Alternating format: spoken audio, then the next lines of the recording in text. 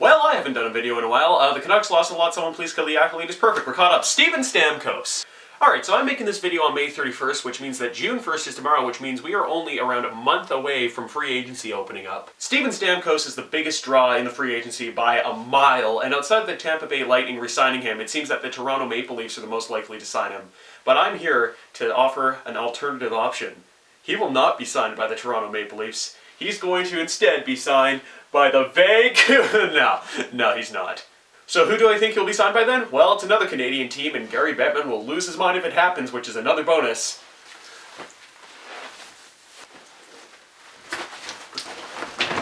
The Winnipeg Jets. Now, to understand my reasoning behind why I think he'll sign with the Jets, we have to understand what Stamkos wants, which I think is money, and to win very soon.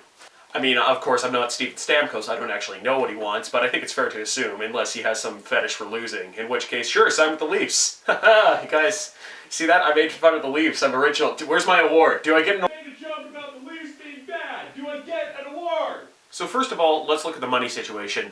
Both the Leafs and the Tampa Bay Lightning have almost no salary cap space at all. Actually, the Lightning have 0 projected cap space for the end of the year, and the Leafs have just over 100,000. Now, for the Leafs, it might just be a matter of trading assets and getting enough cap room in order to actually be able to sign Stamkos. But for the Lightning, they have 9 free agents that are either unrestricted or restricted that they need to sign this year. And next year, they have to worry about signing people like Victor Hedman, Jonathan Drouin, and both of Ben Bishop and Vasilevsky. And since Stamkos is going to re-sign for what experts are calling a metric butt ton next year, the odds of the Tampa Bay Lightning re-signing him aren't looking very good.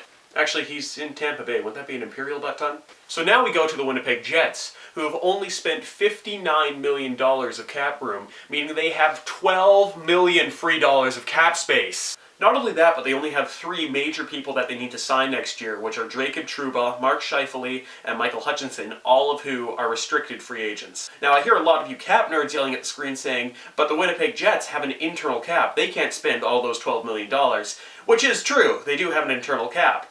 However, Steven Stamkos is exactly the kind of player that you can convince management to spend a whole lot of money on. First of all, Stamkos is undoubtedly the biggest star you will have in Winnipeg, so the revenue you will get from t-shirts, jerseys, and all sorts of Stamkos merchandise is going to be, I don't know, but I can imagine it's going to be big. And second, if Stamkos gets you into the playoffs, which is kind of why you're signing him, playoff ticket prices go for $800 in Winnipeg. You will make so much money just off 2 playoff games, let alone if you win a round. So yes, in the very, very short run, you might lose money signing Steven Stamkos, but in the long run, he is a solid investment. So that covers the money aspect, but now you have to look at the talent of the Winnipeg Jets, because they didn't make the playoffs this year, and they finished pretty poorly, to be honest. And while the Jets certainly don't look like a powerhouse right now, they are a team that is loaded to the brim with prospects. The Winnipeg Jets currently have 42 people signed to their team. Out of those, only 5 players are over the age of 30. This is a team with players like Nikolai Ehlers, Mark Scheifele, who absolutely lit it up at the World Cup, Jacob Trouba, Nick Petan. They have so many prospects. Even Connor Hellebuck is only 23 years old. He could turn into an excellent goalie for the Winnipeg Jets. And this isn't even mentioning the fact that the Jets had the 2nd overall pick this year, which is going to be Patrick Laine, because Austin Matthews is going to go first. Yes, he is. Give this a break.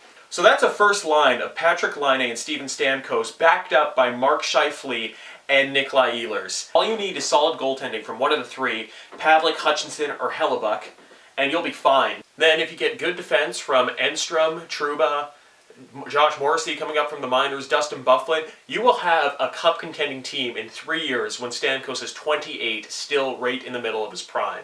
So yeah, that's pretty much it for my reasoning behind why I think Stamkos is signing with the Jets. I'm probably wrong, but if he does, I call it here first. So yeah, thank you very much for watching, and I probably won't make another video for 8 months.